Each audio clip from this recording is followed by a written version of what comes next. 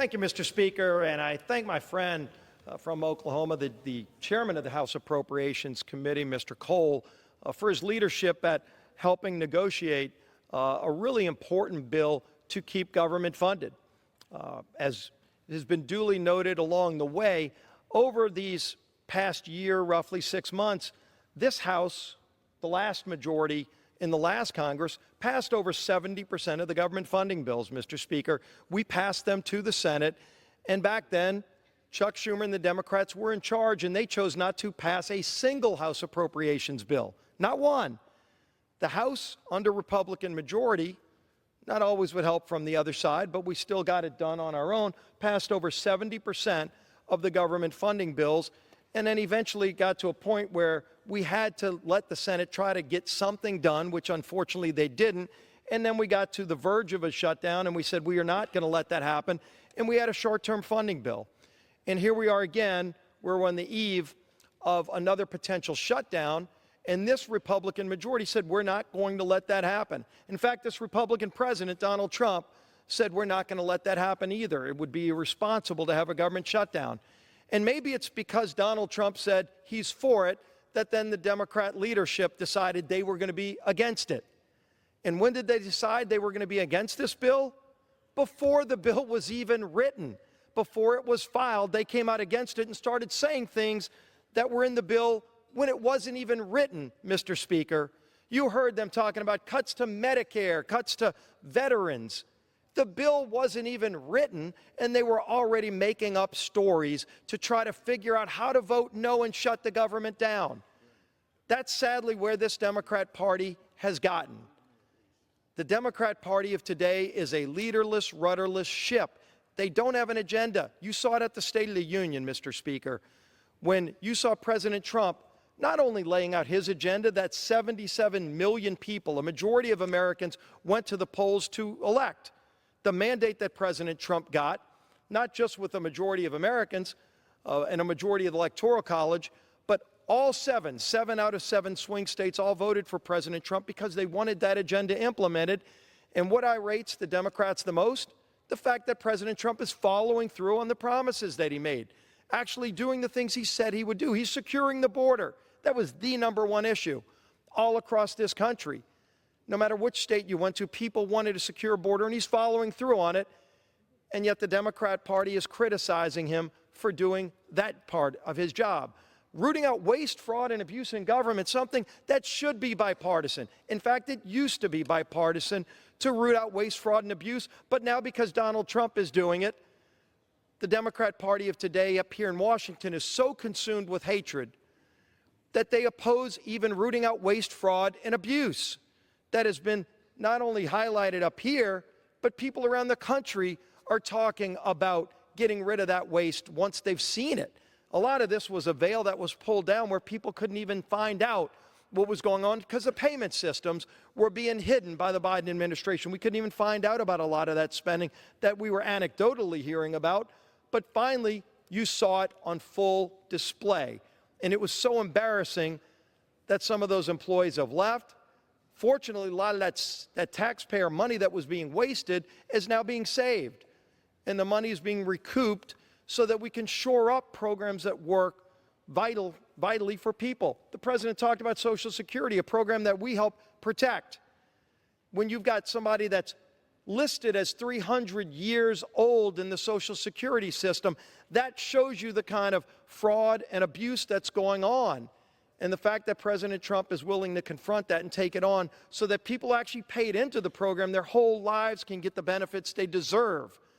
That's what people elected President Trump and this majority on the Republican side to do. But you would think Democrats would want to join in and help accomplish that. And yet here they are on this floor talking about things that aren't even in the bill, trying to scare people, talking about cuts to veterans in the bill. And maybe because they just didn't read the bill, it's only 99 pages long, I would urge them to go read it. They might actually vote for this bill in the next hour because they'll realize, in fact, the cuts that they're talking about are not true. They're not in the bill. There's an increase for veterans in this bill. You know what else is in this bill, Mr. Speaker? And I want to applaud, again, the chairman of the Appropriations Committee and his members for negotiating something that's been needed for a long time, and that is the largest pay raise for our junior enlisted military personnel in over 40 years. Now, if somebody doesn't think our men and women in uniform deserve that pay raise, maybe they'll vote no. I'm proud to say I'm going to be voting yes to support our men and women in uniform who've been waiting for that raise and deserve it. How can you justify a no vote on that, Mr. Speaker? That's actually in the bill. As they talk all day about what's not in the bill, because they were against it before it was even written, if they actually read this bill, again, only 99 pages, it's a pretty quick read, you would find out that pay raise for our troops is in the bill. Stronger funding for our veterans is in the bill. But why are they voting no, you would ask? Just because the name of the president is Donald Trump.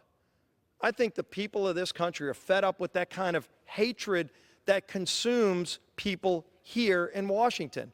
Again, when you watch the State of the Union address, and the president is not even talking about his agenda, he's introducing and paying tribute to a 13-year-old boy who just beat cancer. And they couldn't even stand up and applaud that on their side because of the person who said it. If the hatred is so consuming that you can't even support what's great about America, maybe you need to reevaluate what's important in doing these jobs. We are elected to represent the people, and if the president, no matter who he is or she is, has a great idea, you support it. There were a lot of things about Barack Obama's policies I disagreed with, Mr. Speaker. Yet when he said something that was good for America at a State of the Union, I stood up.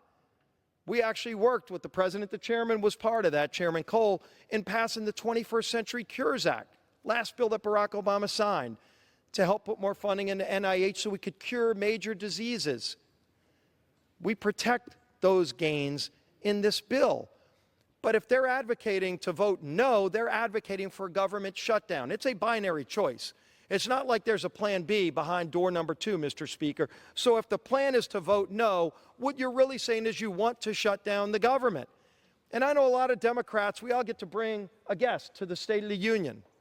And they get to sit up in the balcony. You've got the First Lady and the President's guests up there. Again, the 13-year-old boy who beat cancer.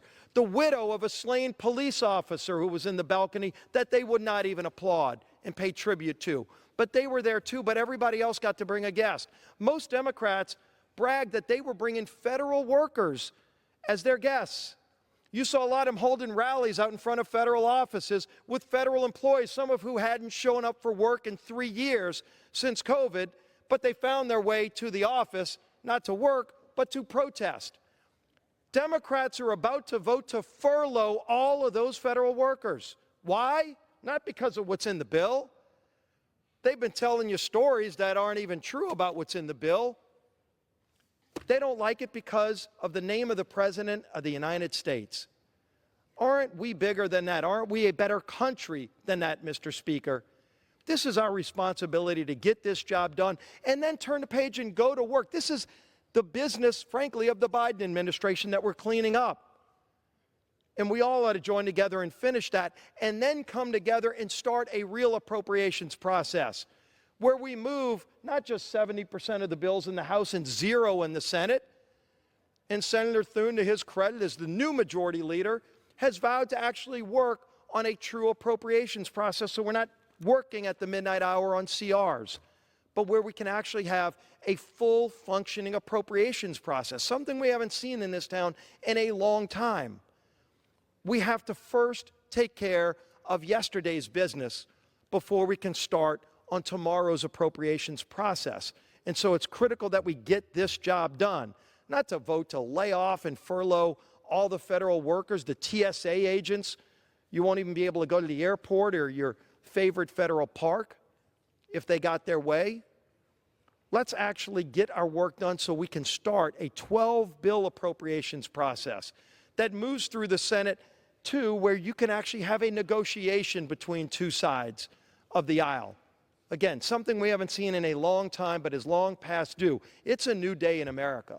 And I applaud President Trump And we had Vice President J.D. Vance this morning come and talk about the importance of passing this bill too, because they want to fix the problems of this nation. They want to fulfill the promises that were made during the campaign and follow through on the mandate that was given to President Trump, Vice President Vance, and this Republican majority in the House and Senate by 77 million people to turn this country around. Let's get back to being the greatest country in the history of the world. We can do it. We can come together and solve big problems. But we solve big problems by first taking care of the basics of government, and that's to keep the government open. Let's pass this CR. Let's see a big vote to do it too. I welcome both sides of the aisle. My friends on the other side, they can criticize a bill they've never read that wasn't even filed, but once they look at this bill, I think you might even see some of them vote yes as well. Let's get our work done, and let's move on to the next challenges that the American people expect us to deliver on for them. With that, Mr. Speaker, I yield back.